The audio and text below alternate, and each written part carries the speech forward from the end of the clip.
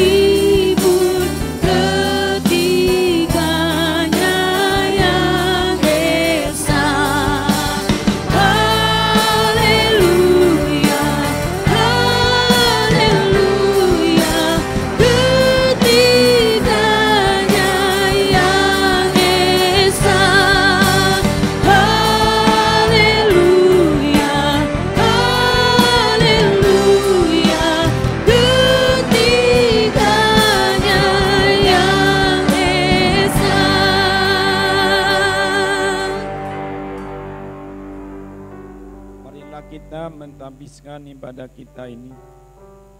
Pertolongan kita dalam ibadah ini datangnya dari Tuhan Allah, pencipta alam semesta, yang menjadikan langit dengan bumi dengan segala isinya.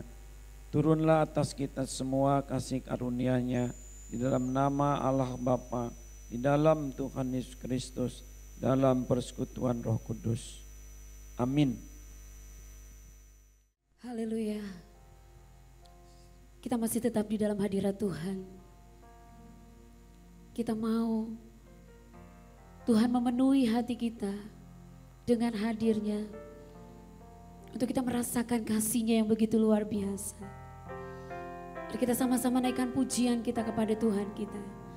Kita mau katakan, penuhi hatiku dengan hadir-Mu.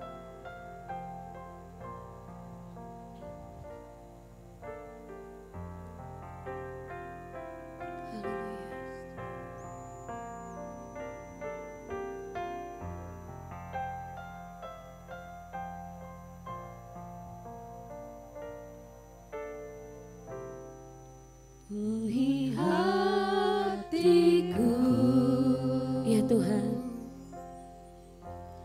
dengan hadir-Mu.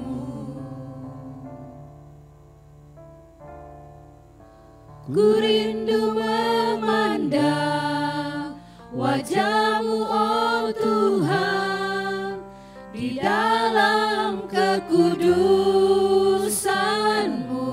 Katakan, bawaku dekat, bawaku dekat,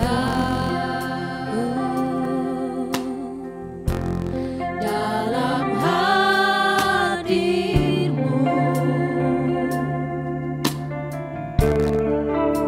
Ku rindu mendengar suara-Mu, oh Tuhan, di tempat kudus-Mu. Ku rasakan kasih-Mu, ku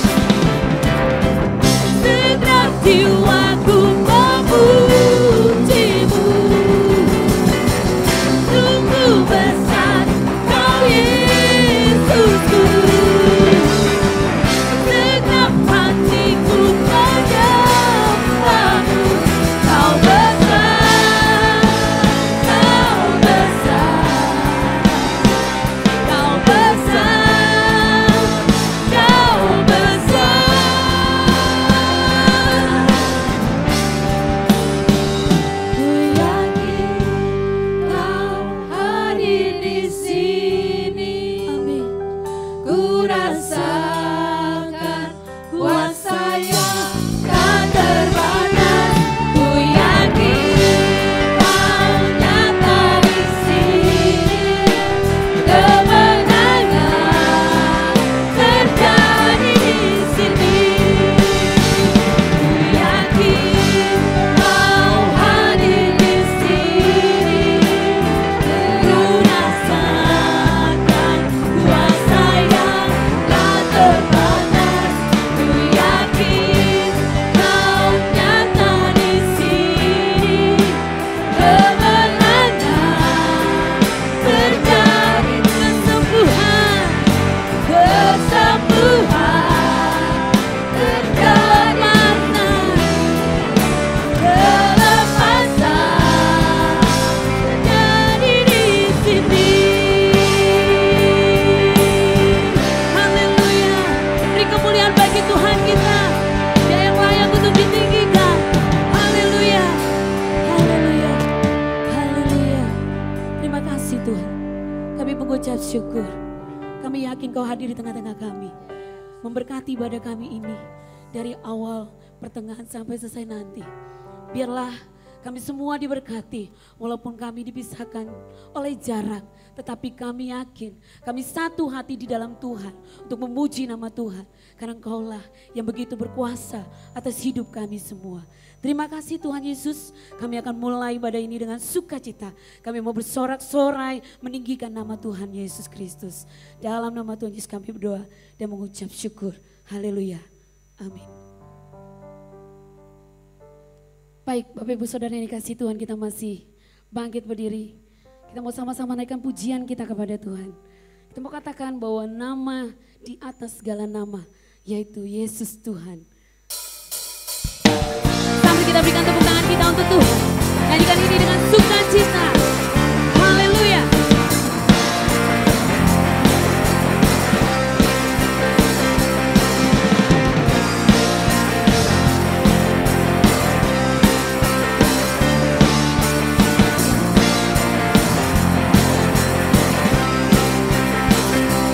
Hanya Tuhanku, menara yang teguh, kota benteng perlindunganku, Allah yang perkasa, Bapa yang kekal, gunung batu keselamatanku.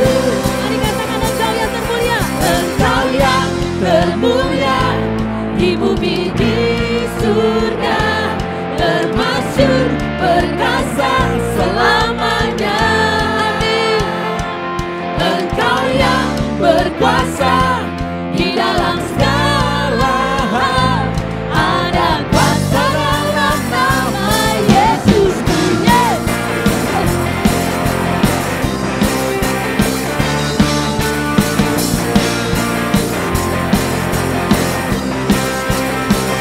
Namanya Tuhan, menara yang teguh, kota benteng perlindunganku.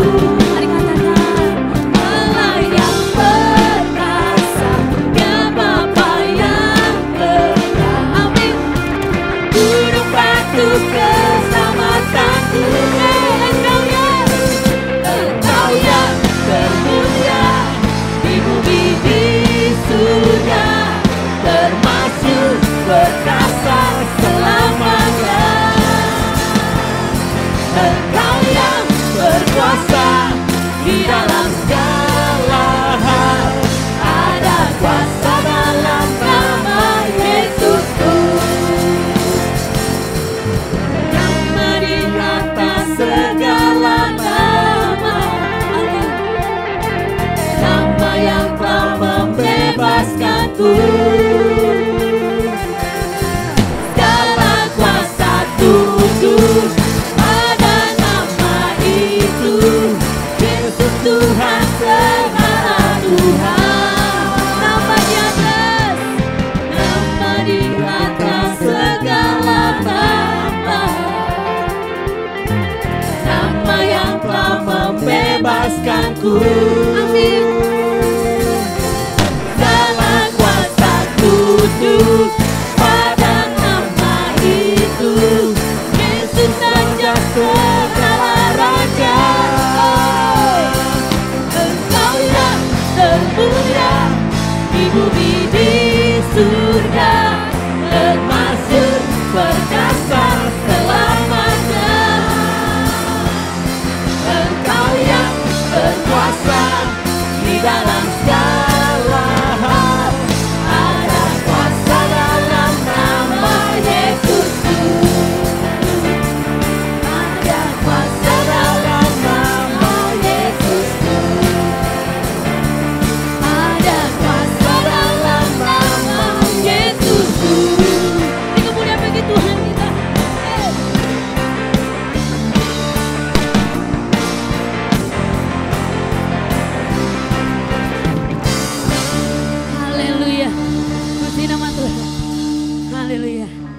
Kita masih mau mengangkat pujian kita satu lagi Bapak Ibu Saudara.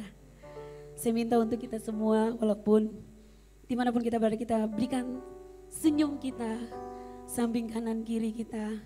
Mungkin di dalam rumah hanya beberapa orang tapi berikan senyum itu untuk Tuhan. Kita mau sama-sama naikkan pujian. Tuhanku Maha Besar, Tuhanku Maha Kuasa, Raja segala Raja. Nyanyikan ini dengan tepuk tangan kita.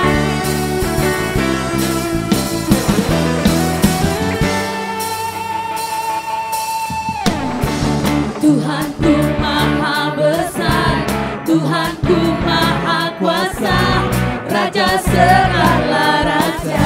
Katakan dia takkan tergoyahkan, dia takkan tergoyahkan, dia takkan terkalahkan, dia hidup dan berkuasa. Serukan namanya, serukan namanya, Yesus Tuhan Raja. Segala kuasa tunduk dalam namanya. Dia luar biasa, perkasa mulia. Yesus nama di atas segala nama.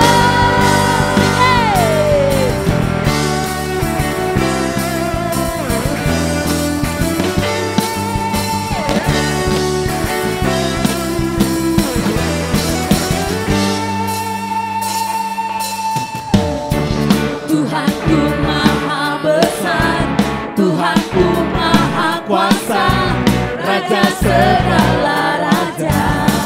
Amin. Dia takkan tergoyahkan, dia takkan terkalahkan, dia hidup dan berkuasa. Mari serukan, serukan namanya, Yesus Tuhan Raja. Segala kuasa tunduk dalam namanya. Dia luar biasa, perkasa mulia. Yesus nama di atas segala nama. Serukan, serukan namanya, Yesus Tuhan Raja. Segala kuasa tunduk dalam namanya. Dia luar biasa, perkasa mulia. Yesus nama di atas segala nama. Yesus nama di atas segala nama. Yesus nama di atas segala nama.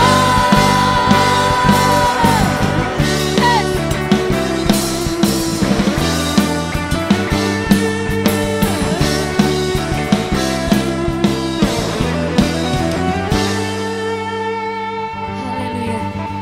Haleluya. Puji nama Tuhan. Kita mendengarkan firman Tuhan.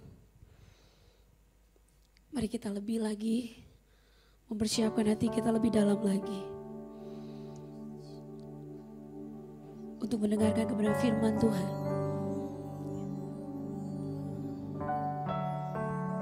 Sambil kita menaikkan pujian kita kepada Tuhan, kita mau katakan bahwa ketika Tuhan bertindak, kita yakin bahwa Dia akan menolong kita.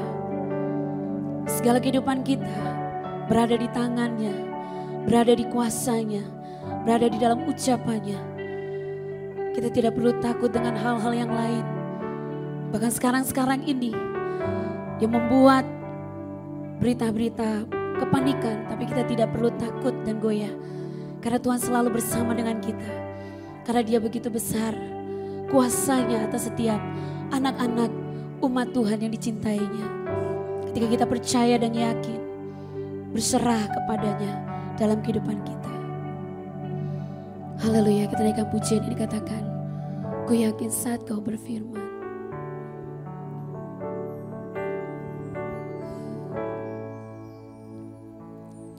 Ku yakin saat Kau berfirman. Benar Tuhan. Ku menang saat Kau bertindak. Hidupku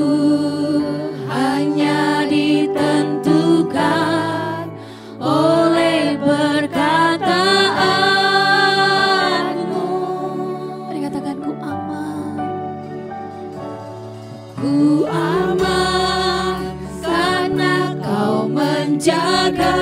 Ku kuat karena Kau menopang hidupku. Hanya ditentukan oleh kuasa-Mu. Yesus Tuhan, bagi Tuhan tak ada yang mustahil. Bagi Tuhan tak ada yang tak mungkin. Mujizatnya disediakan bagiku. Ku diangkat dan dipulihkannya. Kembali lagi kita naikkan pujian ini. Ku yakin saat Kau berfirman, benar Tuhan, ku menang saat Kau bertindak. Katakan hidupku hanya ditentukan oleh perkataan-Mu. Ku aman karena Kau menjaga, benar Tuhan. Ku kuat karena Kau menopang hidupku.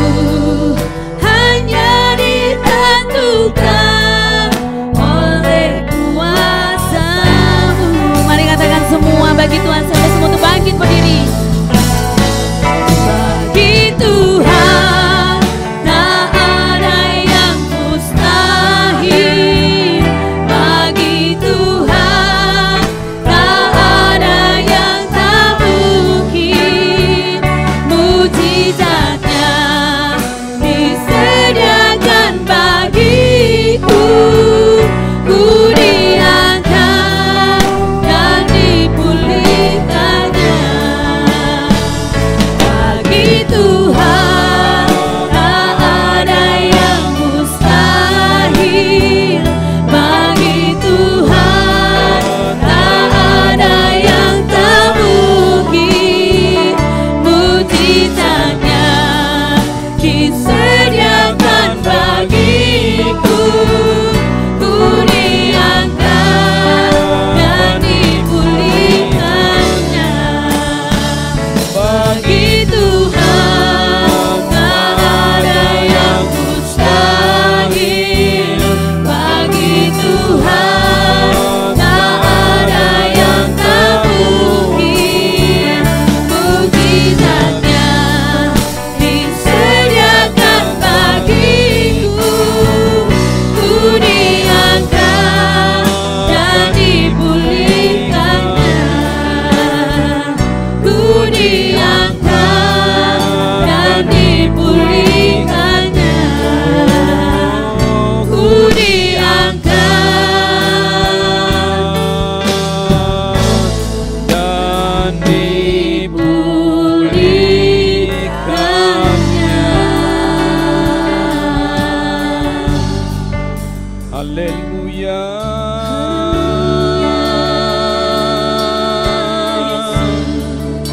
Terpujilah nama-Mu Tuhan. Oh,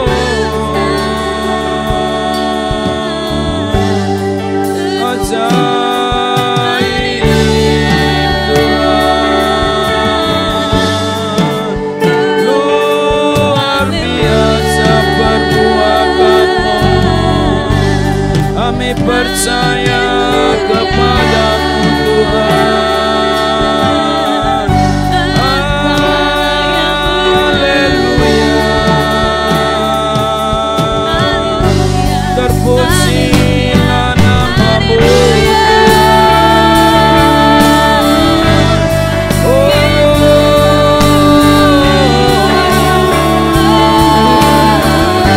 ajaib.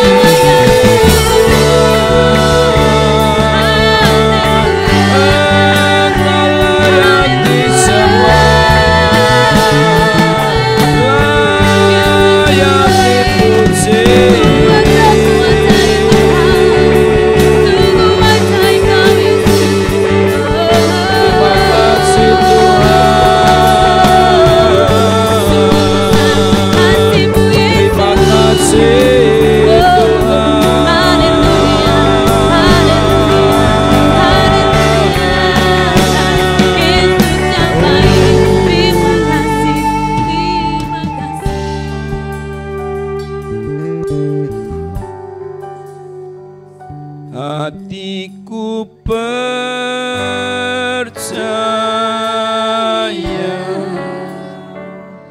hatiku percaya,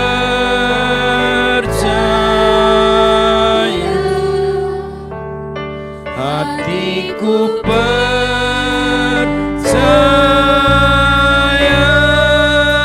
selalu ku percaya. Hati kami percaya, hatiku percaya,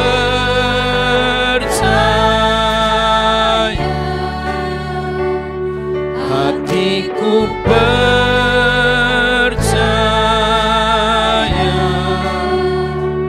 hatiku percaya,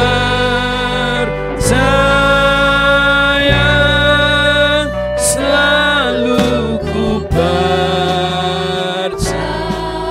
Katakan, hati kita percaya, hatiku percaya,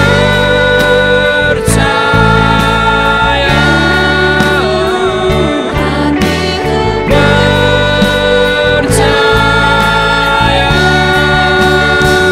hatiku percaya, selalu ku percaya. Sekali lagi katakan, hatiku percaya, oh hatiku percaya, haleluya, hatiku percaya, selalu ku percaya, selalu ku percaya,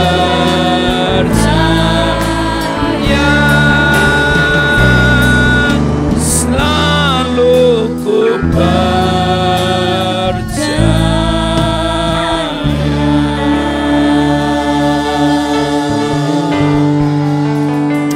Haleluya, puji Tuhan. Bapa, kami pun akan merenungkan firman-Mu yang terdapat di dalam Alkitab. Biarlah firman yang akan kami renungkan ini dapat kami mengerti, supaya lebih mudah kami terapkan dalam hidup sehari-hari, juga dapat kami beritakan ulang dengan tepat kepada sesama kami. Berfirmanlah ya Bapa, kami bersedia untuk mendengar.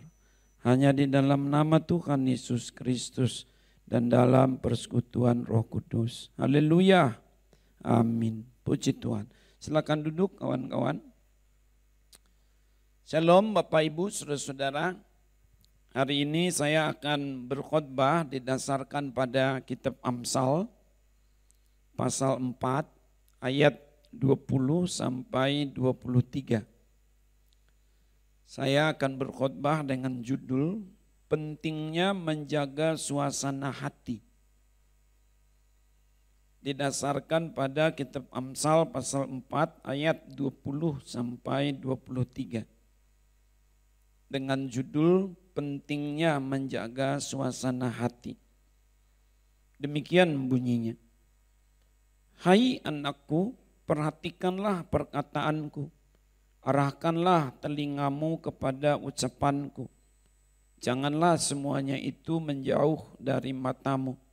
Simpanlah itu di lubuk hatimu. Karena itulah yang menjadi kehidupan bagi mereka yang mendapatkannya dan kesembuhan bagi seluruh tubuh mereka. Jagalah hatimu dengan segala kewaspadaan, karena dari situlah terpancar kehidupan. Amin. Kita berbahagia Bapak Ibu selalu ada kesempatan untuk merenungkan firman Tuhan, termasuk hari ini. Nats ini sebenarnya merupakan bagian dari wejangan atau petuah dari seorang ayah kepada putranya yang sangat dikasihi dan didambakannya. Dia merindukan supaya putranya ini menjadi orang yang kemudian penuh hikmat, bijaksana dalam menjalani kehidupan sampai dia putih rambutnya. Barangkali juga karena si ayah menyadari bahwa dia tidak akan selalu bersama dengan anak ini. maka dia titipkanlah warisan-warisan rohania berupa kata-kata bijak di sini. Saking baiknya perkataan ayah ini, maka Tuhan menganggap perlu dimasukkan dalam Alkitab sebagai firman bagi kita, termasuk pada hari ini. Di sini dengan demikian bukan lagi si ayah yang berbicara, melainkan Tuhan sendiri. Di dalam teks ini, nats ini dikatakan bahwa si anak ini memiliki hati.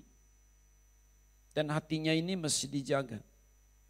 Dan apa yang tersimpan dalam hati si anak rupanya itu berkaitan dengan apa yang dia dengar.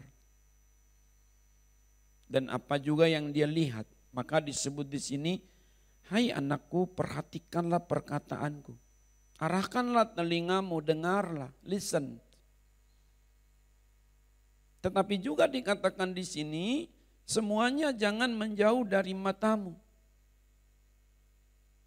Berarti suasana hati tadi juga dipengaruhi oleh apa yang dilihatnya. Memang sih bicara manusia semua adalah satu kesatuan.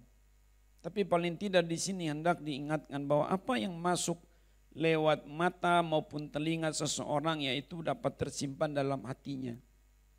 Disinilah dibutuhkan kemampuan menyerap dengan tepat apa yang dia lihat, menyerap dengan cukup apa yang dia dengar.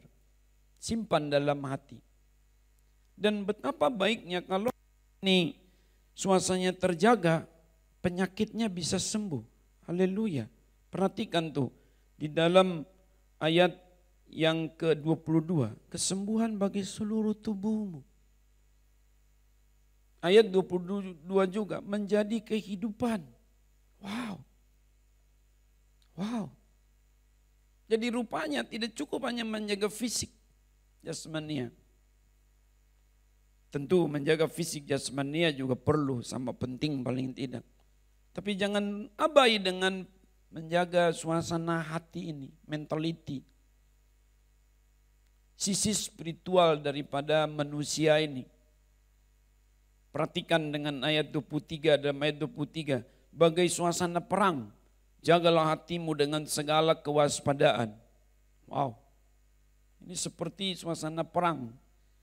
Di mana hatinya itu diserang dari segala penjuru. Tetapi setiap orang yang memiliki hati mesti baik-baik menjaganya, waspada. Jangan sampai faktor-faktor eksternal terlalu mempengaruhi suasana internal. Hati di sini pada akhirnya disebut apa? Dari situlah terpancar kehidupan. Hati dengan demikian boleh saya istilahkan sebagai pusat kehidupan manusia secara spiritual. Saya ulangi. Hati dengan demikian dapat disebut sebagai pusat dari kehidupan manusia secara spiritual. Maka kalau hati ini suasananya sudah rusak, ya udahlah, habis semua. Tapi selama hati ini masih terjaga, suasananya tetap baik, wow, serangan apa? Tidak mempan. Karena pusatnya tetap terjaga, silakan saja itu tembok diborbardir, kita aman di dalam. Silakan saja kita dikata-katai, kalau itu berupa kata-kata, biarin saja, nggak pengaruh. Imunitas kita kuat, ada apa? Karena hati kita tetap terjaga, maka terjagalah seluruh kehidupan kita. Bahkan kalau ada sakit darinya, sembuh loh, sembuh. Itu menjadi kesembuhan bagi tubuhmu. Bapak Ibu berbicara mengenai menjaga suasana hati itu penting sekali memang. Setiap hari, termasuk dalam suasana belakangan ini kita tahu betapa seluruh dunia diperhadapkan pada situasi yang sulit. Apa yang kita lihat sehari-hari, apa yang kita dengar setiap saat, aduh. Boleh saya katakan mengerikan memang, fakta, realita, kenyataan. Sejauh mata memandang, sekuat telinga mendengar. Di mana-mana. Orang bisa tiba-tiba jatuh. Ada berita ini, berita itu. Nggak disangka. Tetapi selama hati kita terjaga dengan baik suasananya, wow. Sekali lagi, terjagalah kehidupan kita. Sekali lagi, juga bahkan membuat kesembuhan. Maka kita seharusnya menjaga suasana hati kita tetap baik. Meskipun suasana di luaran tidak baik, tidak enak, tidak menyenangkan. Mengapa kita seharusnya menjaga suasana hati kita tetap baik? Perekonomian bisa tidak baik, kesehatan tadi bisa tidak baik, suasana politik bisa tidak baik, lingkungan budaya bisa tidak baik. Apalagi bicara menyenangkan, banyak tidak menyenangkan. Mengapa kita seharusnya menjaga suasana hati kita tetap baik? Ya, kata intinya tadi pusat. Suasana hati, hati adalah pusat. Dan ini saya mau bagi-bagi menjadi beberapa bagian. Mengapa kita seharusnya menjaga suasana hati kita tetap baik? Ada 4 alasan dari sekian banyak alasan yang dapat disebut jika kita membaca Alkitab lebih lanjut. Yang pertama adalah karena hati itu merupakan pusat dari perkataan. Sebagaimana dapat kita baca contohnya dalam Injil Matius pasal 12 ayat 33 sampai 35. Yang kedua, karena hati itu merupakan pusat dari penyembahan. Sebagaimana dapat kita baca contohnya dalam kitab Mazmur pasal 51 ayat 18-19. Yang ketiga, karena hati itu merupakan pusat dari pengharapan. Sebagaimana dapat kita baca contohnya dalam surat Kisah Para Rasul pasal 27 ayat 33 sampai 36. Dan yang keempat, karena hati itu merupakan pusat dari perilaku. Sebagaimana dapat kita baca contohnya dalam Injil Lukas pasal 7 ayat 13-14. Sedapat mungkin tentu Anda dapat ingat ataupun pahami bahwa tujuan saya menguraikan khotbah ini supaya kita memahami paling tidak 4 alasan yang menjadi pentingnya menjaga suasana hati kita tetap baik. Yang pertama adalah karena hati itu merupakan pusat dari perkataan. Kita tahu perkataan begitu berpengaruh. Begitu berpengaruh. Apa juga berhubungan dengan perkataan. Tetapi dari mana perkataan ini muncul? Ya, dari suasana hati. Makanya tidak cukup hanya menjaga mulut saja. Tapi langsung sajalah menjaga suasana hati. Kalau sekedar menjaga mulut, belum tentu perkataan kita akan baik. Karena mulut adalah satu dari sekian banyak saluran mengungkapkan perkataan. Maka di dalam Matius pasal 12 ayat 33 sampai 35, Tuhan Yesus berkata demikian. Injil Matius pasal 12 ayat 33 sampai 35. Jikalau suatu pohon kamu katakan baik, maka baik pula buahnya. Jikalau suatu pohon kamu katakan tidak baik, maka tidak baik pula buahnya. Sebab dari buahnya pohon itu dikenal. Hai kamu keturunan ular beludak, bagaimanakah kamu dapat mengucapkan hal yang baik sedangkan kamu sendiri jahat? Karena yang diucapkan meluap, karena yang diucapkan mulut meluap dari hati. Orang yang baik mengeluarkan hal-hal yang baik dari perbendaharaan yang baik. Dan orang yang jahat mengeluarkan hal-hal yang jahat dari perbendaharaan yang jahat. Jadi contoh ya, kalau saya bicara soal Anda, dimanapun kapanpun, terhadap siapapun, ya itu adalah memang ungkapan hati saya. Kalau saya mengatakan Anda baik, yaitu perwakilan dari hati saya. Di luar dari namanya sandiwara atau sedang acting, yaitu kan hal lain. Kita tidak bicara sampai ke situ. Tapi dalam suasana sehari-hari, ya apa yang kita omongin ya itulah hati kita.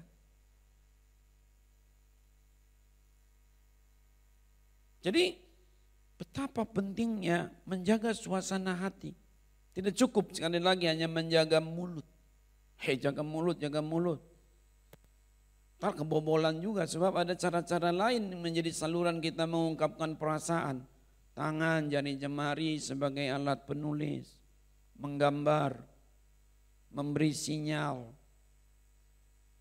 Perkataan itu bukannya lisan berupa yang ada kata, tata kerama, tata bahasanya, gramatikalnya, linguistiknya, enggak cuma itu. Gambar itu adalah perkataan, sinyal. Tahu enggak namanya body language? Mengapa disebut body language? Karena organ tubuh kita dapat menjadi sarana mengungkapkan perasaan, bahasa loh ini. Coba ya ini agak kasar tapi supaya langsung ngeh aja.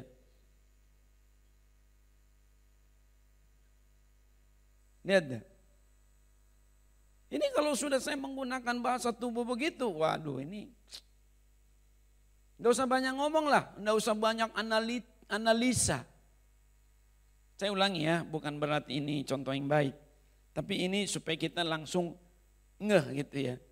Kalau saya sebaliknya katakan, atau saya katakan, beda loh. Meskipun mulut saya ini terkunci rapat, tapi saya masih dapat mengungkapkan suasana hati saya. Kan ada orang-orang tertentu, maaf cakap, ini bakat bawaan misalnya. Bukan bakat, bawaan lahir. Maaf ya, dia memang tidak bisa bicara. Tuna wicara. Dia tidak juga bisa mendengar. Tuna rungu. Dia maaf lagi ya, lumpuh. Ada orang lahir lumpuh. Bahkan maaf ya, Anda punya tangan. Seperti kita layaknya tangan normal. Tetapi bukan berarti dia tidak bisa mengucapkan perasaannya. Apalagi zaman sekarang. Sosial media. Ya bisa juga lewat suara. Seperti ini kita gunakan yang bersuara. Tapi banyakkan kan adalah lewat tulisan-tulisan yang lebih banyak beredar. Maka perkataan kita itu ya hidup kita lah. Apa juga dimulai dan diakhiri dengan perkataan. Tak heran di dalam Amsal pasal 18 ayat 21, ini ayat masyhur, ayat hafalan, hidup dan mati dikuasai lidah. Come on. Makanya kalau kita tidak jaga perkataan kita, habis kita. Sebaliknya kalau kita jaga perkataan kita, masih ada kelanjutan. Namun yang dimaksud di sini perkataan bukan selalu dari mulut, melainkan suasana hati kita. Kalau sampai perkataan kita udah tidak mau lagi orang lain dengar, orang lain tidak mau lagi dengar omongan kita, habis kita. Bangkrut udah. Kebangkrutan bukan hanya dalam bentuk ekonomi loh. Keluarga juga bisa bangkrut. Saat anak udah gak mau lagi dengerin kata orang tuanya. Saat istri tidak lagi mau dengerin omongan suaminya. Saat suami tidak mau juga lagi mendengarkan kata-kata istrinya. Bangkrut udah. Apa yang membuat suasana rumah tangga kita bahagia atau tidak bahagia? Bukankah perkataan? Dan perkataan itu adalah dihasilkan dari hati kita. Maka pesan firman hari ini adalah jaga suasana hati tetap baik agar perkataan kita juga tetap baik. Memang selalu ada orang berkata, pendeta saya lagi marah makanya perkataan saya begini. Ya enggak apa-apa.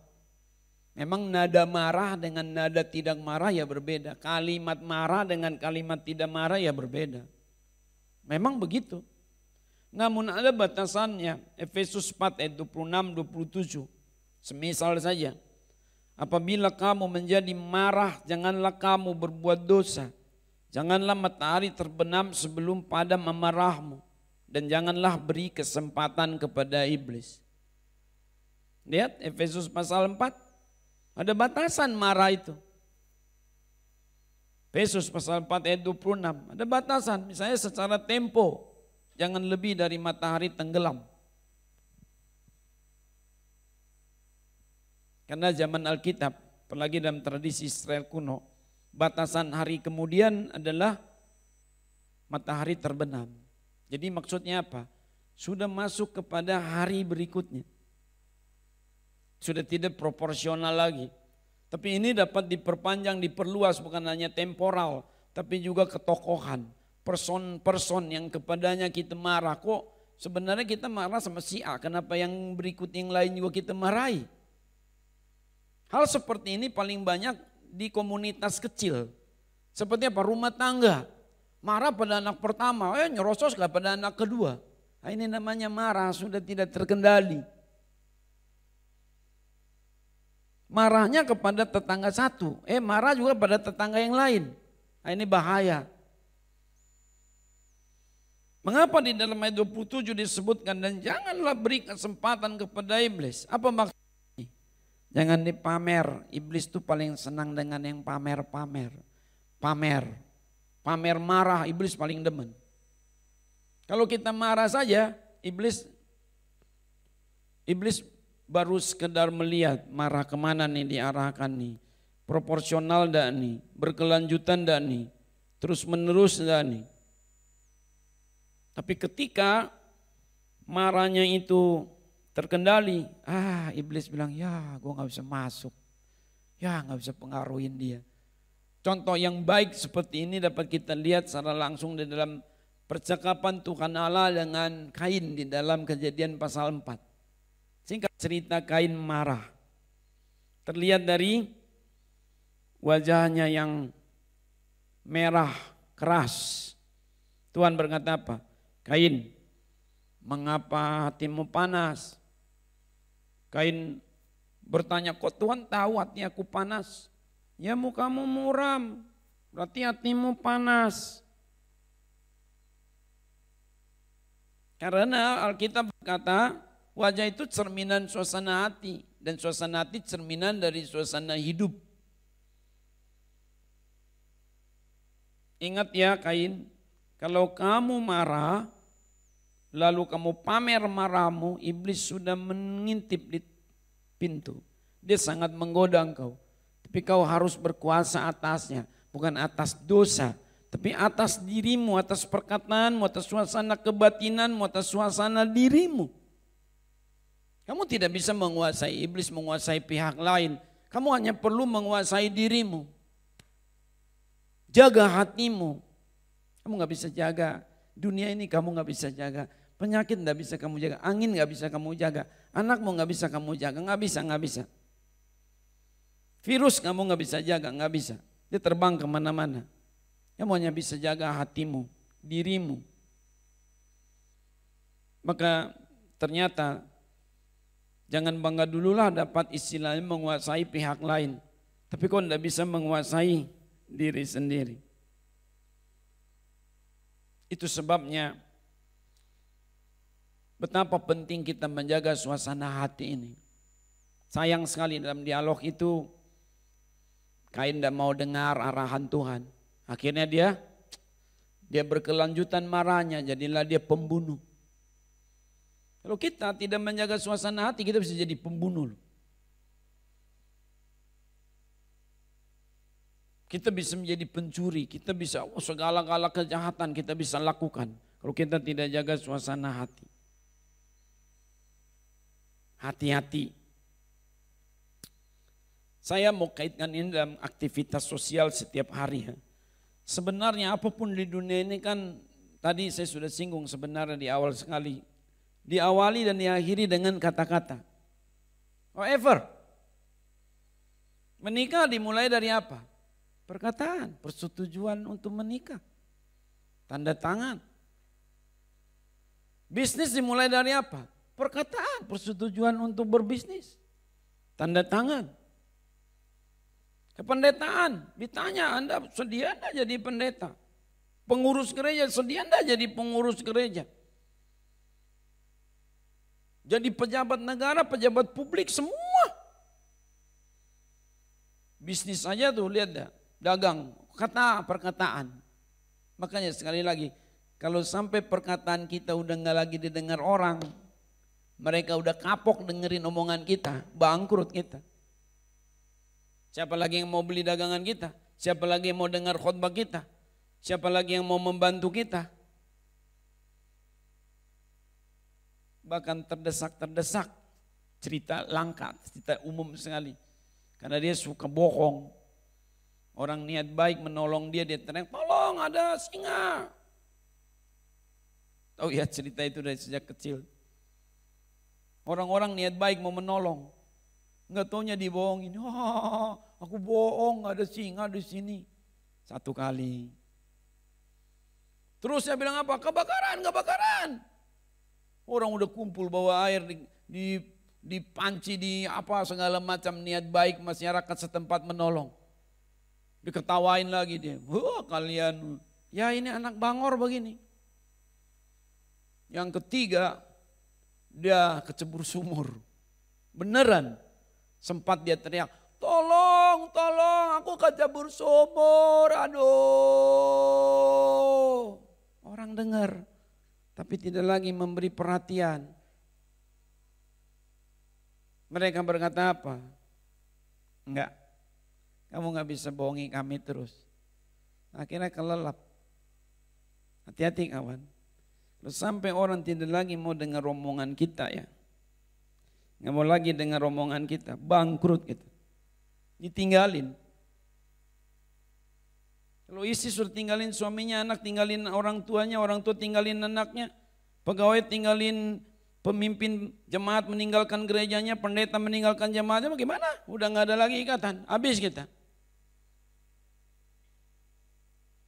Habis kita, bangkrut udah. Be careful with our mouth. Perhatikan perkataan kita memang, tapi juga lebih pokok menjaga suasana hati ini. Tuhan tolong, supaya hati kami tetap baik. Karena perkataan begitu berpengaruh. Masalahnya perkataan muncul dari suasana hati. Sekalipun kita marah, kecewa, kesal, bingung, takut, hati-hati. Jangan beri kesempatan pada iblis. Jangan dipamer amarah, jangan dipamer ketakutan, jangan dipamer kepandaian, jangan dipamer. Iblis senang dengan yang pamer-pamer. Kalau biasa saja, enggak apa-apa, iblis tidak bisa buat apa-apa. Iblis itu ada bagiannya. Ketika sudah tidak proporsional ditangkap sama dia. Sekarang ini banyak orang komentar. Kirim data, kirim gambar, kirim video, kirim berita-berita, artikel-artikel, katanya dari ahli, dari pakar di bidang. Come on. Dan sayangnya para pemimpin sendiri yang mengirimkan itu kemana-mana. Sudahlah, mengapa kita tambah lagi dunia ini dengan kerumitan-kerumitan wacana. Kerumitan-kerumitan teks.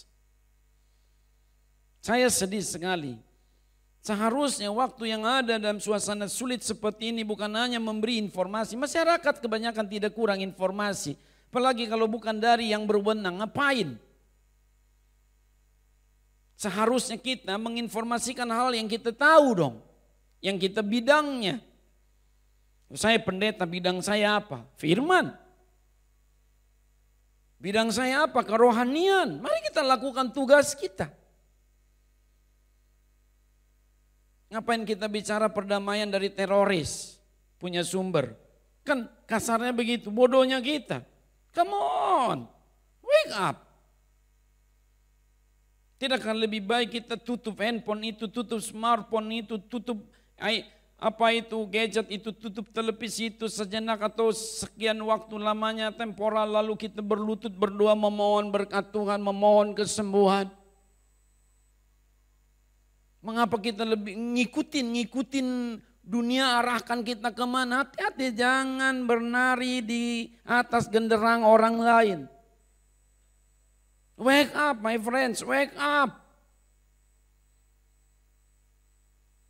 Pendeta-pendeta seperti saya tidak seharusnya hanya kirim-kirim data, download, upload apa yang kekeru-keruan. Berlutut berdoa. Ada orang bertanya, kok Poltek IPC mana tidak ada komentar soal ini? Apa yang aku perlu komentari kawan?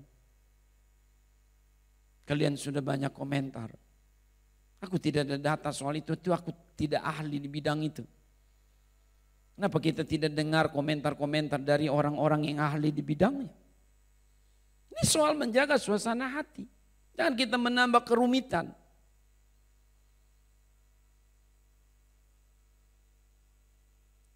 Kita seharusnya menjaga suasana hati kita tetap baik. Jangan kita lupa akan ini. Mengapa?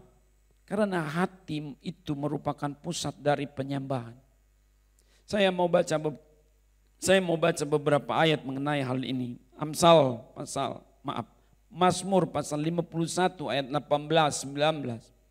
Mazmur 51 ayat 18-19.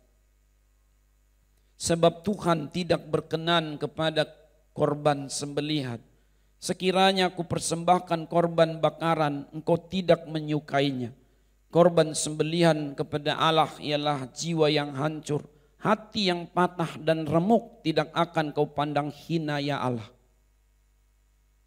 Apa maksud kedua ayat ini adalah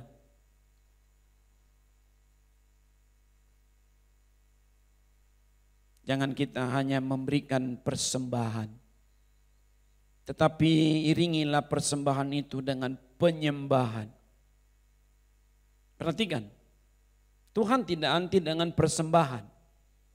Persembahan di sini lebih kepada yang sifatnya material. Apa itu? Uang, harta benda. Kalau zaman perjanjian lama ya, Alkitab perjanjian rumit tuh. Banyak. Ada domba, ada kambing, ada apa lagi tuh? Ada lembu. Ada tepung. Banyak. Tergantung untuk sesi apa, soal apa, season apa, musim apa.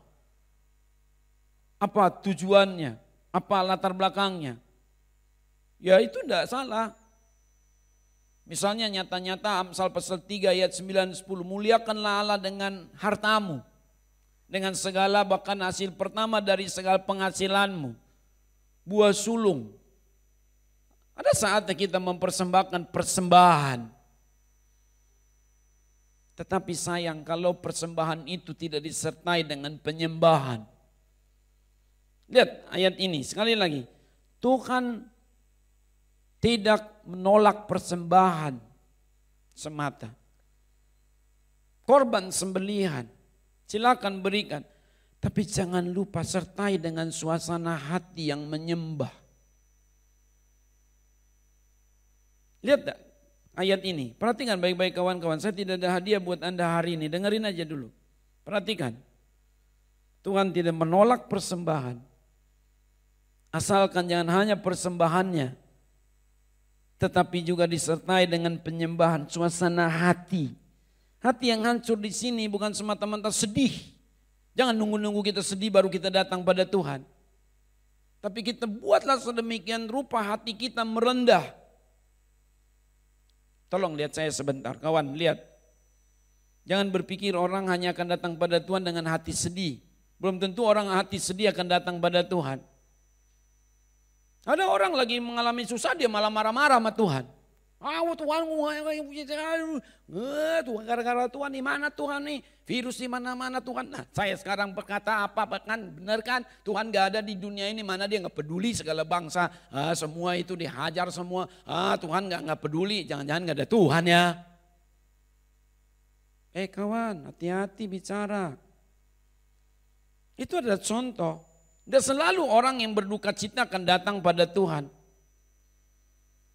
Apalagi kalau dia hanya sekedar bersuka, belum tentu dia bisa lupa Tuhan. Di sini maksudnya apa dong dengan demikian? Jaga hatimu.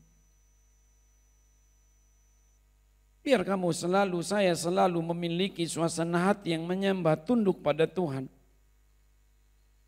Korban sembelihan pada Allah adalah hati yang hancur. Jiwa yang remuk. Segala situasi sosial yang sulit itu sudah dijadikannya menjadi kesempatan spiritual. Semakin dia susah, semakin dia merasa perlu Tuhan. Semakin dia suka senang, semakin dia sukses, semakin dia mengucap syukur pada Tuhan. Tidak ada alasan bagi dia untuk menghindari hadirat Tuhan. Tapi selalu banyak alasan bagi dia untuk mendatangi Tuhan. Saat dia susah, kesempatan nih gue mau doa minta tolong sama Tuhan. Saat dia senang, kesempatan nih aku mau kamsya dulu sama Tuhan.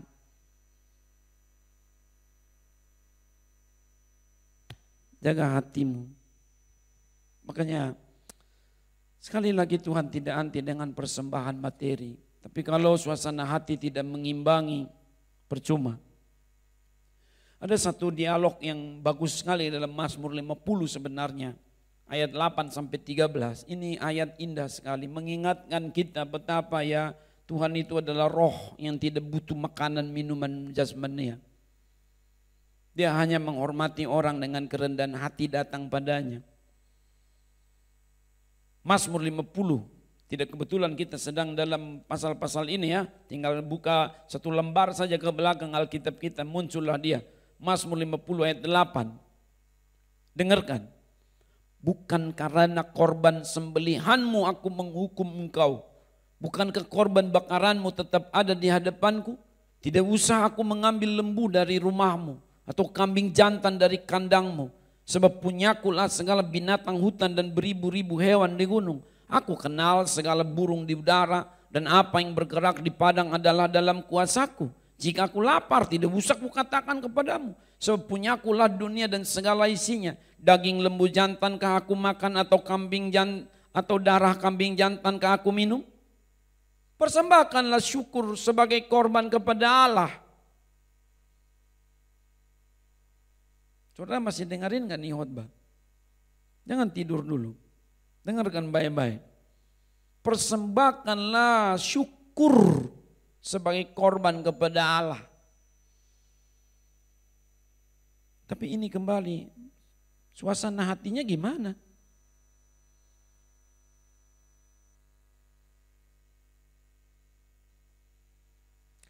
Tuhan beda dengan manusia. Kalau manusia itu senangnya memang ya karena tidak tahu isi hati ya senang basa-basi. Tapi Tuhan tidak bisa dibasa-basiin, itu persoalannya kawan. Nih saya jadi anggota resepsionis di satu kantor, opening masuk, penyambut tamu-tamu saya sambut. Biar suasana hati saya sebel sama dia. Lalu mukanya saya pasang begitu rupa indahnya.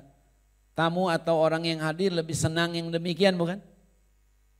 Daripada saya mengungkapkan bahwa saya tidak senang padanya. Itulah manusia. Tapi kalau Tuhan tidak bisa digituin. Masalahnya Tuhan tuh tahu isi hati kita, itu persoalan. Saudara mau bodohi Tuhan bagaimana? Contoh saya di sini, memuji, menyembah. Termasuk kawan-kawan semua, jangan salah paham. Main musik, ya. Tuhan tahu banget kita ini kawan. Contoh. Yohanes 2 ayat 25. Saudara mau lari kemana? Yohanes 2 ayat 25 ini yang membuat kita sulit. Mau lari kemana? Dengarkan. Dan karena tidak perlu seorang pun memberi kesaksian kepada Tuhan tentang manusia. Sebab Tuhan tahu apa yang ada dalam hati manusia. Repot gak kita? Ini ayat ini membuat kita kesulitan. Lu mau lari kemana Paul?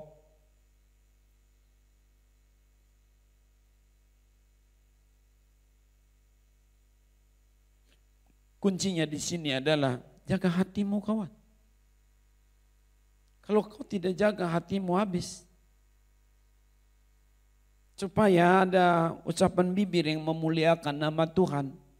Ada penyembahan. Apa yang Tuhan mau lebih kita persembahkan adalah ucapan bibir yang memuliakan nama Tuhan. Ibrani pasal 13 ayat 15. Ibrani pasal 13 ayat 15. Sebab itu marilah kita oleh Dia senantiasa mempersembahkan korban syukur kepada Allah. yaitu ucapan bibir yang memuliakan namanya. Saat situasi sedang sulit seperti belakangan ini, sebenarnya sih setiap hari dari zaman ke zaman ada kesulitannya sendiri. Tapi saya bersepakat, saya setuju kalau belakangan ini adalah persoalan dihadapi oleh seluruh dunia. 200-an negara kena semua. Langsung atau tidak langsung. Sampai ada yang diistilahkan lockdown. Lockdown berarti tidak bisa masuk, tidak bisa keluar. Ini berbahaya.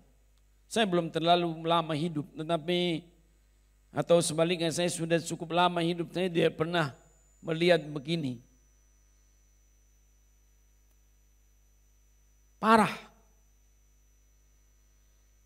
Tapi apa kata Ayub ketika dia mengalami hal itu langsung pada dirinya? Bukan hanya imbas, bukan karena dia terimbas oleh persoalan lain, tapi dia sendiri mengalami. Nyonyanya itu boleh disebut kena imbas. Tetapi Ayub langsung kena, dia sakit habis-habisan. Dari sekujur tubuhnya tidak ada lagi yang elok dipandang. Singkat cerita, Ayub berkata apa? Ayub 1 ayat 20, 21, 22. Maka berdirilah Ayub. Ini bukan bentuk kesombongan, tapi deklarasi iman. Perhatikan kawan-kawan. Maka berdirilah Ayub, lalu mengoyak jubahnya. Mengoyak jubah dalam Alkitab ada 2. Mengoyak jubah tanda marah kepada orang lain, tapi mengoyak jubah sebagai tanda kerendahan hati di hadapan Tuhan. Ayub menunjukkan yang terakhir, mencukur kepalanya, cukur. Kemudian sujudlah ia menyembah, katanya, dengan telanjang aku keluar dari kandungan ibuku, dengan telanjang juga aku akan kembali ke dalamnya. Tuhan yang memberi, Tuhan yang mengambil, terpujilah nama Tuhan. Perhatikan ayat 22 baca sama-sama. Perhatikan ayat 22 baca sama-sama. Berdiri sebentar, berdiri sebentar. 1, 2, 3. Dalam kesemuanya itu Ayub tidak berbuat dosa dan tidak menuduh Allah berbuat yang kurang patut baginya. Mengapa? Hatinya terjaga, suasananya. Satu kali lagi, sedikit mumpung kita berdiri sebentar, intermezzo. Ayub 2 ayat 9, 10. Kita tahu cerita ini sangat klasik, tapi tidak ada salahnya kita baca ulang. Pasal 2 ayat 9 dan 10, sama-sama lagi. Maka berkatalah istrinya kepada Ayub, masih bertekunkah engkau dalam kesalehanmu? Kutukilah Allahmu dan matilah. Tetapi Ayub menjawab kepadanya, engkau berkata seperti perempuan gila. Apakah kita mau menerima yang baik dari Allah, tetapi tidak mau menerima yang buruk? Dalam kesemuanya itu Ayub tidak berbuat dosa dengan bibirnya. Wow. Silakan duduk kawan. Seperti saya singgung tadi, belakangan ini makin maraknya persoalan membuat orang merasa ada alasan untuk tidak percaya adanya Tuhan. Sama kembali kepada abad pertengahan.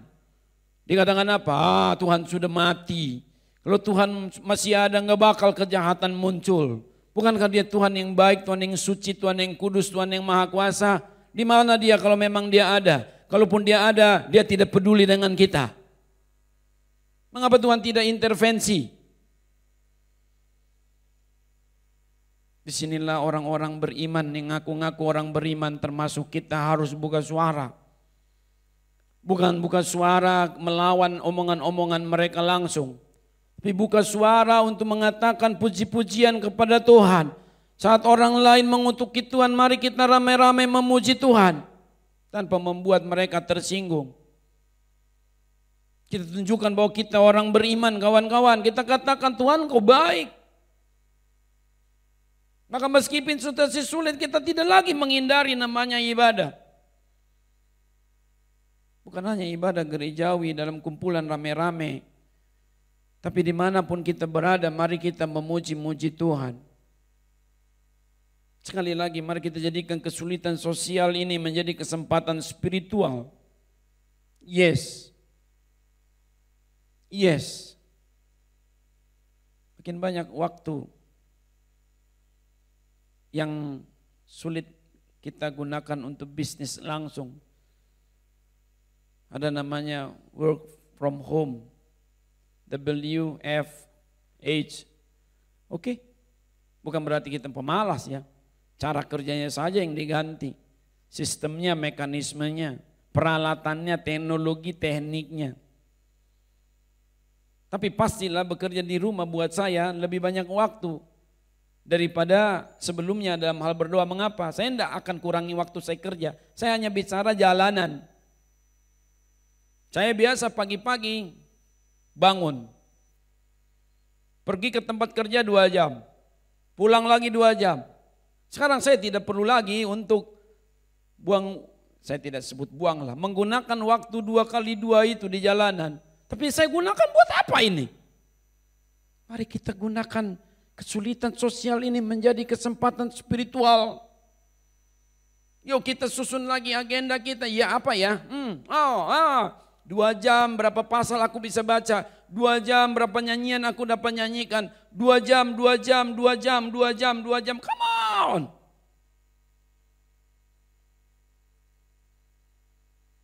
Saudara masih dengarin khotbah ini? Saudara perhatikan khotbah ini? Saya tidak memaksa memang. Tapi siapa seperti nyanyian kita tadi? Kalau kita percaya firman itu berkuasa.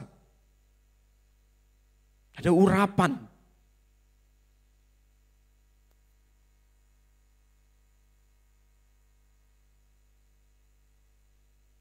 Jaga suasana hati. Karena itulah pusat penyembahan. Makanya Efesus pasal 5 ayat 19 berkata apa? Efesus pasal 5 ayat 19. Demikian. Bernyanyi dan berkata-katalah seorang kepada yang lain dalam mazmur, kidung, puji-pujian dan nyanyian rohani. Bernyanyi dan bersoraklah bagi Tuhan dengan segenap hati. Wow. Mungkin saja Anda bosan membaca ayat ini. Apalagi kalau saya yang menyebutkannya, ya wah pendeta ini terus. Ya ini ayat indah bukan main, bukan? Bernyanyi dan bersoraklah bagi Tuhan dengan segenap hati. Saya tidak pandai dalam bahasa Inggris, tapi kata-kata tertentu saya sangat suka. Kalau di Inggris kan begini bunyinya. Khususnya kalimat terakhir dulu. Sing and make music in your heart to the Lord. Andaikan lampu listrik padam sehingga alat musik elektronik semacam yang saya pegang ini tidak bisa bunyi, tidak apa-apa. Tidak kita senangi, tapi tidak apa-apa. Hati aku menyembah. Saudara lihat dah, biar alat musik secanggih apapun, memang hati kita tidak menyembah. False. Bisa saja ya, secara tekniknya memang ya suasananya bagus, musikalnya bagus. Tapi spiritualitasnya false. Garing, gersang, apa ini? Ini bicara soal habitual. Biasakan gak kita memuji menyembah? Nggak bisa dibohongin kawan. Kalau hanya dipoles-poles, artifisial, sayang. Kesempatan kita gunakan yuk, jaga hati yuk. Karena inilah pusat penyembahan. Suatu ketika kita di karantina, seperti Paulus masuk penjara, tapi dia tetap memuji Tuhan sampai ada kelepasan. Saya juga tidak bisa kemana-mana. Tolong, saya mau curhat sebentar. Anda tahu, saya ini ibarat pekerja ini pemulung. Ibarat saja. Tapi saya nggak boleh lagi pergi kemana-mana. Kenapa? Tempat sampah nggak ada lagi yang terbuka. Ibarat begitu, kasihan. Saya punya beberapa komunitas tuh, ya kasihannya mereka. Atau pedagang di pasar, mau kemana? Nggak ada lagi pasar buka. Saya sebagai pendeta sekarang bicara, kebaktian nggak ada. Jadwal 2 bulan semua, Anda tahu ya. Saya cukup rajin loh berkhotbah. Putus.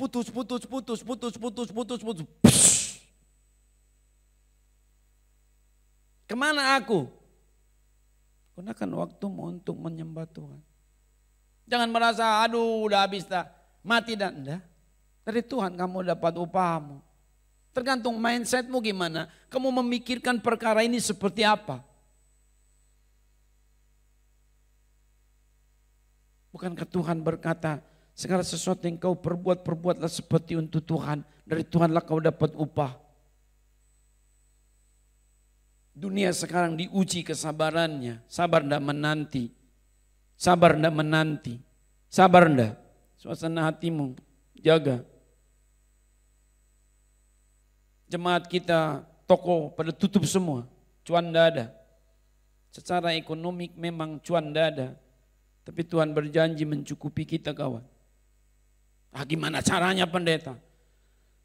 Jangan tanya aku cara kalau itu adalah Tuhan yang kerja. Kalau itu aku yang bekerja, kau boleh tanya cara aku. Tapi ini di luar kemampuanku menjawabnya sebab ini cara Tuhan. Tuhan yang bekerja, Dia yang berjanji.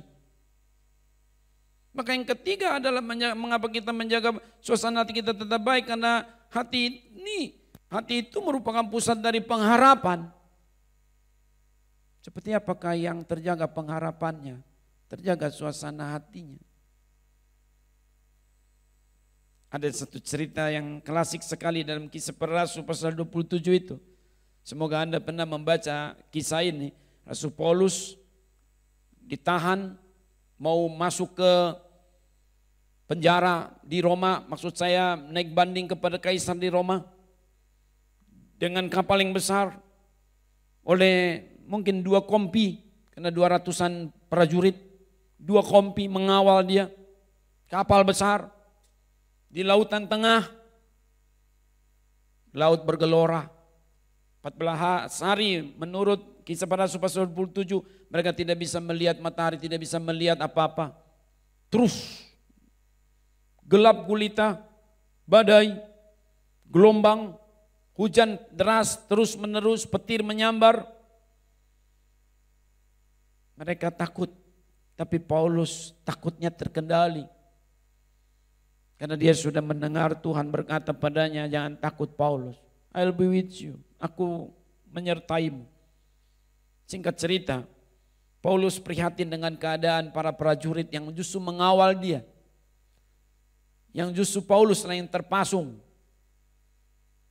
Tidak bebas.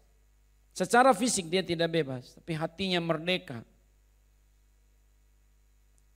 Bisa Anda masih mengikuti khotbah ini? Yang di atas masih mengikuti khotbah ini? Coba saya bacakan ayat 33 sampai 36 dengan bangkit berdiri yuk. Kisah Para Rasul pasal 27 ayat 33 sampai 27. Sampai 37. Sampai 36. Ketika hari menjelang siang Paulus mengajak semua orang untuk makan katanya. Sudah 14 hari lamanya kamu menanti-nanti saja menahan lapar dan tidak makan apa-apa. Karena itu aku menasihati kamu supaya kamu makan dahulu. Hal itu perlu untuk keselamatanmu. Tidak seorang pun di antara kamu akan kehilangan sehelai pun dari rambut kepalanya. Sama-sama. Sesudah berkata demikian, ia mengambil roti, mengucap syukur kepada Allah di hadapan semua mereka. Memecah-mecahkannya lalu mulai makan.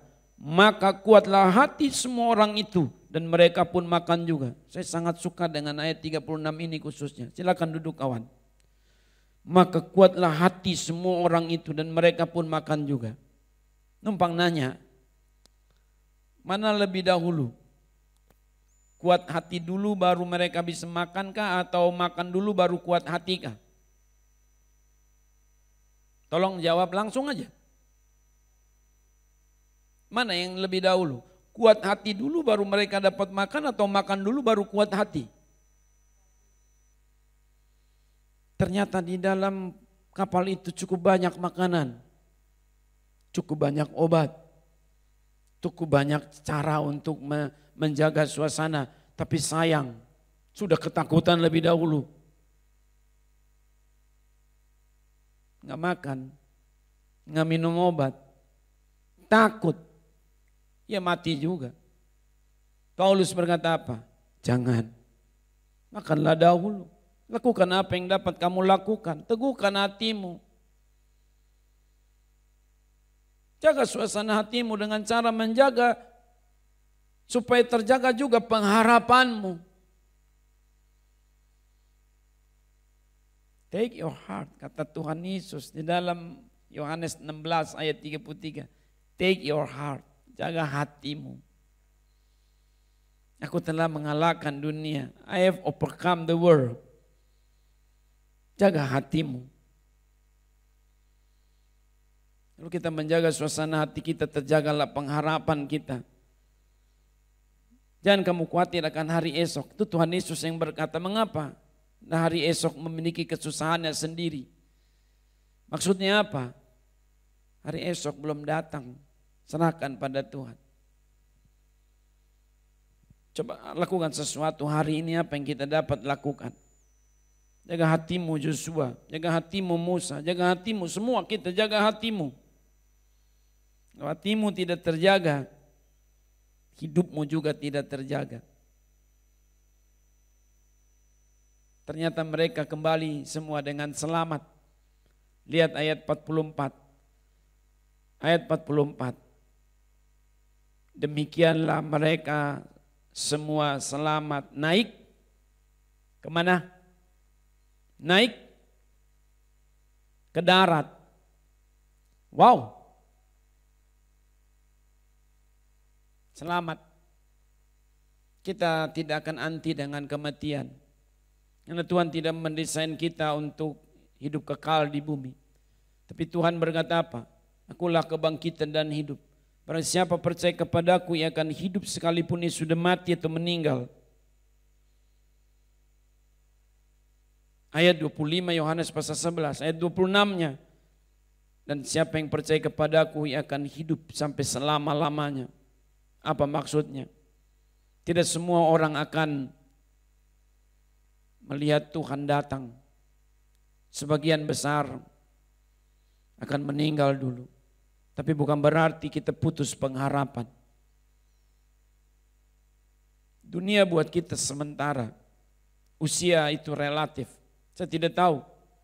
Apakah saya lebih dahulu daripada keluarga saya tidak tahu. Mau dikata apa? Saya hanya berusaha hidup hari ini saja. Yes, haleluya. Bangun Paul, bangun. Makan Paul, makan. Khotbah Paul, khotbah. Baca Alkitab Paul, baca Alkitab. Setir Paul, setir. Tidur Paul, tidur. Bangun Paul, bangun. Konseling Paul, konseling. Baptis dia Paul, baptis. Kata kesasi. Bimbingan pernikahan, bimbingan pernikahan. Aku lakukan itu aja. Sampai akhirnya, terus ya udah.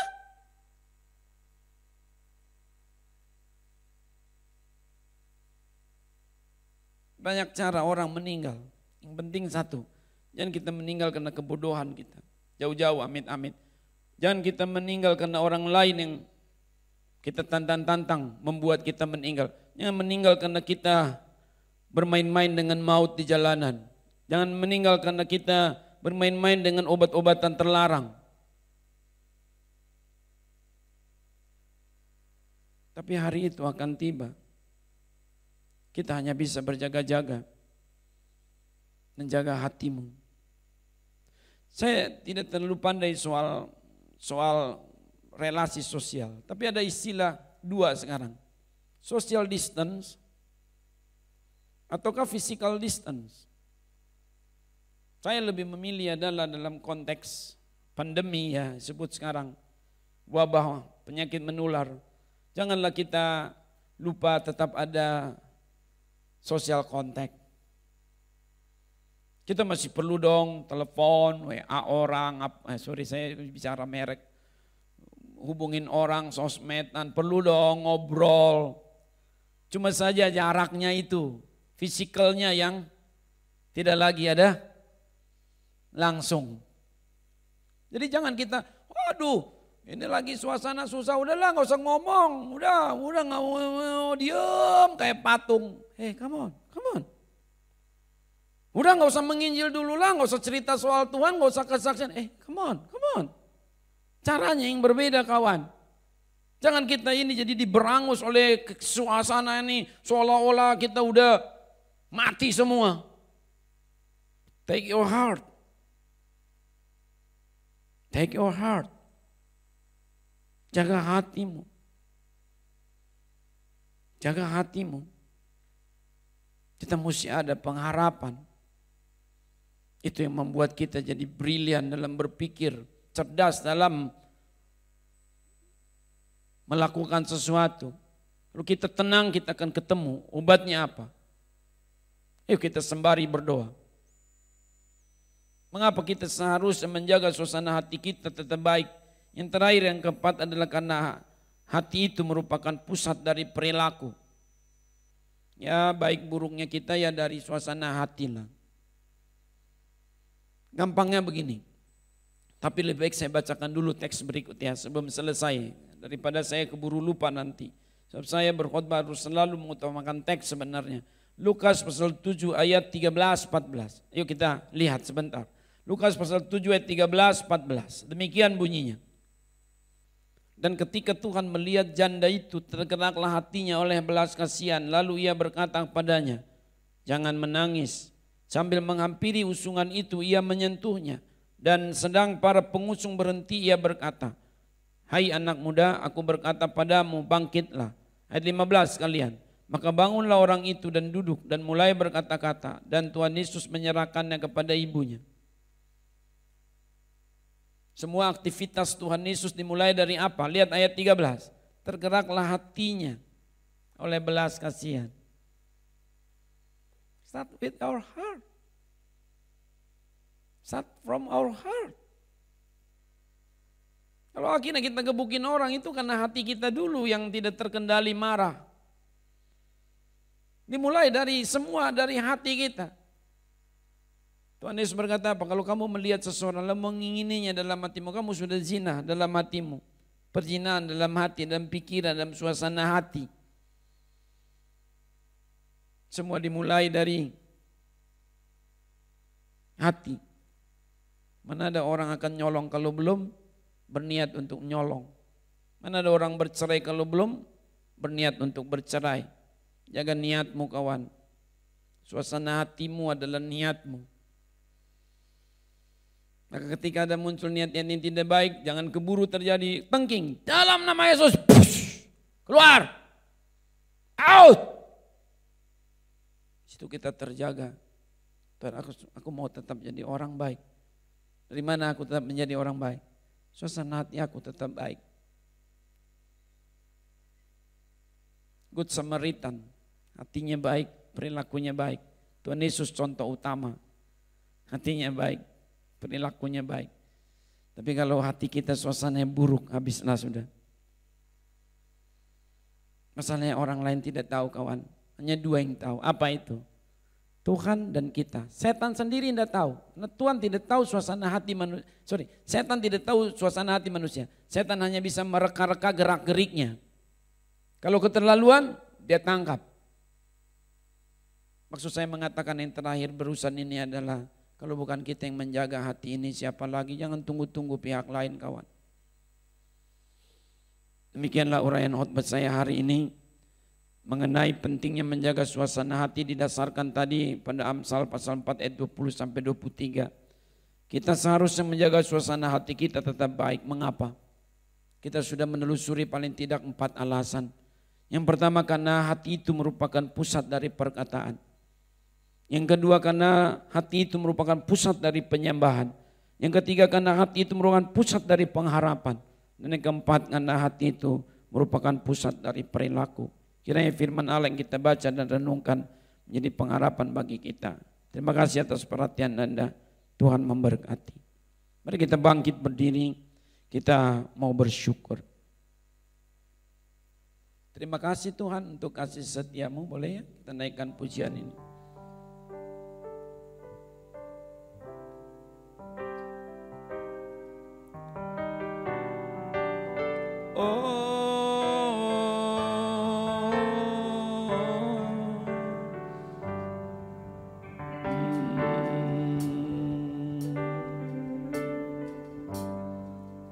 Terima kasih Tuhan untuk kasih setiamu yang ku alami dalam hidupku.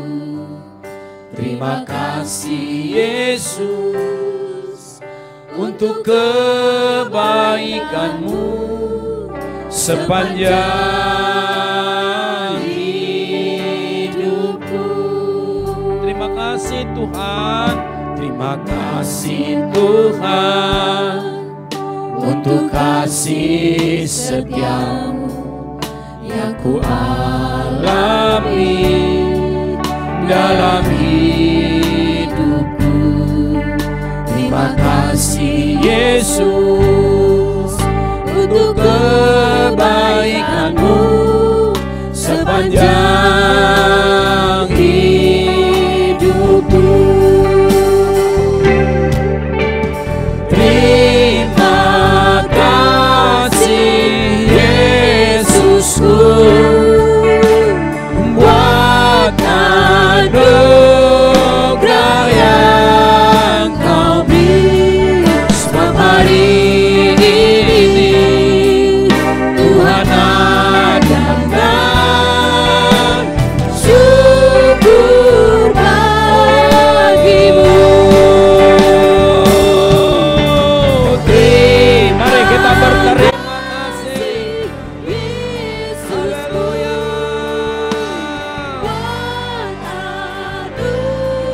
Anugerah yang Kau beri. Sebab hari ini Tuhan adakan syukur bagi-Mu.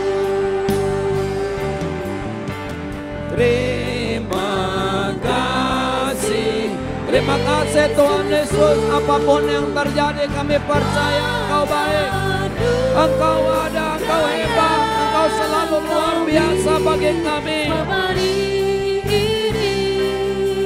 Tuhan adakan syukur bagi-Mu. Syukur bagi-Mu. Syukur bagi-Mu.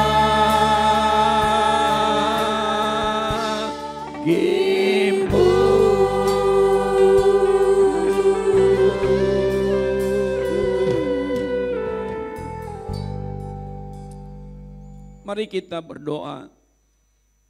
Bapa di dalam surga, biarlah firman yang kami sudah baca, renungkan, melaluinya Tuhan berbicara kepada kami secara khusus, secara pribadi. Tuhan tahu pergumulan-pergumulan kami. Tuhan tahu apa yang menjadi kesibukan, kerinduan, kebutuhan kami. Tuhan tahu akan segala kesulitan hidup kami. Engkau peduli tetap dengan kami. Engkau tetap mengendalikan dunia ini. Engkau tetap ada di bumi ini dengan kasih kuasa-Mu. Engkau tidak mati Tuhan. Engkau tetap hidup Tuhan. Engkau tetap ada bagi kami Tuhan. Kami tahu ini perkara yang sulit. Suasana yang berat. Seluruh dunia sedang mengerang. Tapi kami percaya Tuhan tetap ada bagi kami. Tuhan tetap berkuasa. Itu tandanya terlihat dari semua, boleh ada keterbatasan. Kami percaya Tuhan, Tuhan akan berikan kami vaksin yang tepat lewat ahli-ahli yang sedang Kau berikan hikmat untuk mengolah alam ini. Kami percaya Tuhan bahkan akan ada obat-obat untuk setiap sakit penyakit lewat hikmat yang Tuhan berikan kepada para ahli di bidang kedokteran dan medik dan kimia. Kami percaya Tuhan, penguasa-penguasa negeri, penguasa-penguasa kota, Tuhan akan berikan hikmat pada mereka untuk mengatasi pergerakan segala macam penyakit dan virus ini Tuhan. Kami percaya Tuhan, dengan hikmat dari-Mu Tuhan, dengan kasih dari-Mu Tuhan, dengan kerendahan hati dari-Mu Tuhan, kami akan bersatu padu melawan segala persoalan kami. Dan kami sedang diajar secara tidak langsung untuk bersama-sama berperang melawan segala persoalan kemanusiaan kami Tuhan. Kami percaya Tuhan, Kau punya cara untuk menolong kami Tuhan. Buka jalan Tuhan, supaya segera pintu-pintu yang terkunci boleh terbuka kembali. Segera ada pipa-pipa baru yang mengalirkan berkat Tuhan dengan melimpah. Segera ada jalan keluar, segera ada kembali sukacita, segera isak tangis akan berhenti, segera ratapan akan stop, segera akan rumah duka akan sepi, segera akan pemakaman akan berhenti. Kami percaya suasana sukacita akan kembali hadir di bumi ini, di republik ini juga, di kota-kota di mana kami tinggal. Kami percaya Tuhan, kami percaya Tuhan. Seiring dengan itu layaklah kami juga menyadari berbagai kelemahan dan dosa-dosa di hadapan-Mu.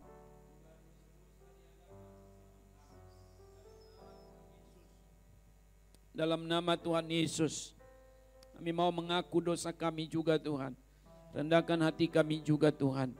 Tuhan tolong kami, supaya kami juga memperhatikan aspek-aspek kesehatan, aspek-aspek kebersihan lingkungan, aspek daripada setiap benih-benih penyakit lewat apapun, lifestyle kami, kebiasaan kami untuk makan, minum, asup ini, asup itu, pakai ini, pakai itu, suntik ini, suntik itu. Kami percaya Tuhan bahwa Engkau ada hikmat bagi kami Tuhan. Tuhan berkati semua saudara-saudara kami dimanapun. Secara khusus, lebih khusus, lindungi komunitas besar kami Tuhan. Keluarga kami dan keluarga-keluarga lain dari segala macam virus. Dalam nama Tuhan Yesus, kami percaya Tuhan menyertai kami. Tuhan menolong kami. Kami akan akhiri ibadah ini Tuhan. Turunlah berkat-Mu atas kami Tuhan. Berkatilah kami ini Bapa. Sekali lagi kota kami Tuhan. Dari perangkat kecil, dari perangkat kecil di desa-desa, di kelurahan-kelurahan, di RW-RW, kecamatan-kecamatan, kota-kota, kabupaten-kabupaten. Tuhan tolong provinsi-provinsi dan republik ini semua. Presiden kami, wakil presiden kami yang sedang berjuang dengan semua timnya Tuhan. Kami berdoa untuk semua perangkat-perangkat, pejabat-pejabat di republik ini Tuhan. Biar bersatu padu untuk melawan akan segala macam serangan virus ini Tuhan. Kami percaya kepada Tuhan dan kami akan melakukan bagian kami. Kami akan tenang, kami akan menjaga jarak fisikal dari teman-teman kami. Kami akan terus berdoa dan berusaha. Terpujilah Bapa di atas segalanya. Mari Bapak Ibu, saudara-saudara, arahkan hati pemikiran kita kepada Tuhan. Jangan takut, kembalilah nanti beraktivitas secukupnya. Damai sejahtera dari Allah Bapa kita, kasih karunia dari Tuhan Yesus Kristus dan penghiburan Allah Roh Kudus, itulah yang akan menuntun menyertai kita semua dari sekarang ini sampai selama-lamanya. Amin. Bagi Bapa, Anak dan Roh, puji, hormat dan mulia, dulu sekarang tak berubah, hingga selama-lamanya. Amin. Puji Tuhan, haleluya. Silakan duduk. Ibadah selesai, sampai jumpa pada ibadah berikutnya. God bless you all.